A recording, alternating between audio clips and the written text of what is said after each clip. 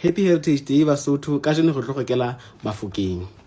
Bafokeng ba ana mutla e le phofotsana e masene haholo ho ya ka moo e hlahiswang ka teng ditshomong.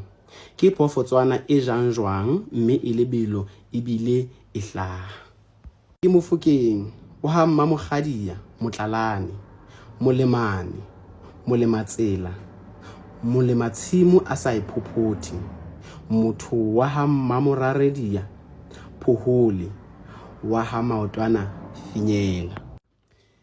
Ke Mofokeng wa ha Modise, wa ha Molatswana, motho wa ha Kgetsi ya Maleke, motho wa ha Sekono Sehokela Noto.